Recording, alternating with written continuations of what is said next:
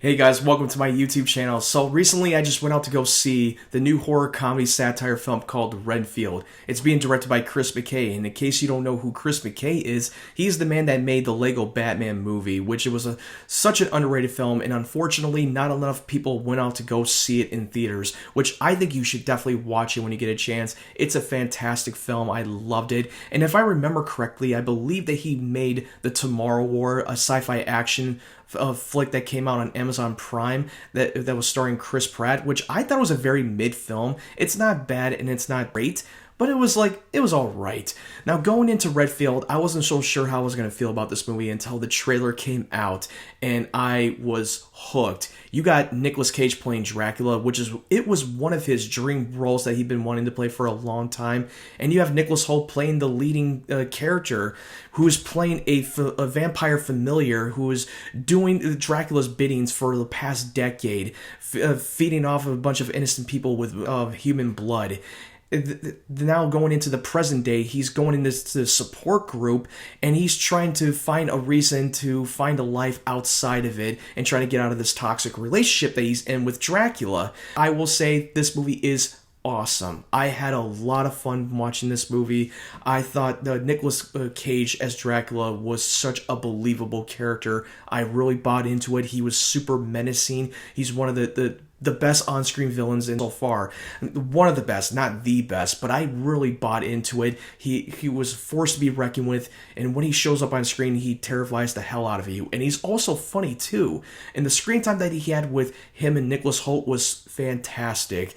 And I thought Nicholas Hoult, who plays Renfield, was also great. I'm a big fan of his work. I liked a lot of his movies, including the X-Men films, and even the movie that he was in last year called The Menu, which is one of his best performances. And I am a big fan of Nick Cage. I loved a lot of his work, like Michael Bay's The Rock and National Treasure and so on and so forth. He had a lot of banger movies over the years, and especially that last film that he came out with, The Unbearable Mess of Weight of Talent, if I remember correctly, if I'm saying the right title. But if you haven't seen that movie, you have, with Pedro Pascal co-starring with him, and it's fantastic. It's super underrated that I wish that more people have seen it. This was like his biggest comeback as an actor. And Awkwafina, who's playing a cop who's very experienced in combat, but she's doing some traffic stop, and she's been wanting to get on the action for a very long time, and her reason to do so is very personal for her, and once you see the movie, you'll know why.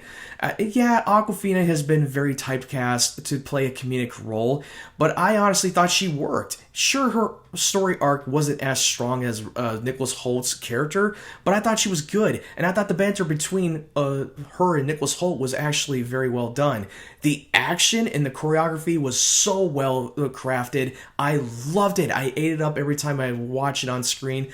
Nicholas Hoult really rocked the hell out of it. I thought he delivered. His character, who has portion of a vampire ability, and the only thing that makes him stronger is the life force of insects, which was very weird, but in context of it, it actually worked.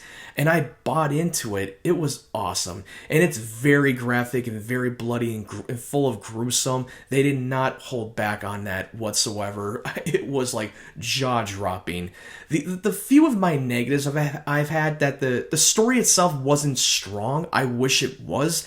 And I wanted more screen time between Dracula and Renfield. I wanted more development between the two of them. I felt like their relationship was so rich, and there was so much more to explore.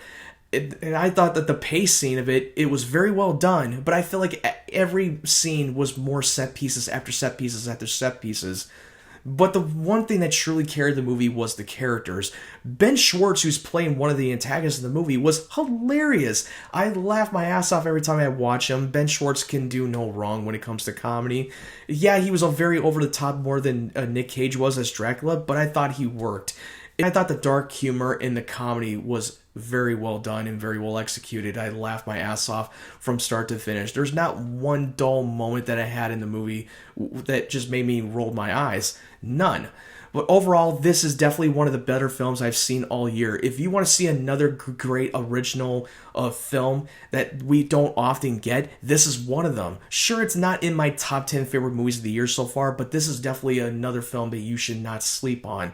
And I think you should go out in the theater and support it, and do not wait for it to go to streaming, because it hurts their chances to even make more original content of films in theaters. It hurts their chances.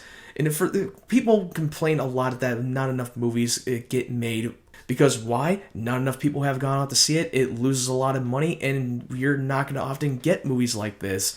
Overall, what did you think of this movie? Did you like it? Were you someone that was very disappointed?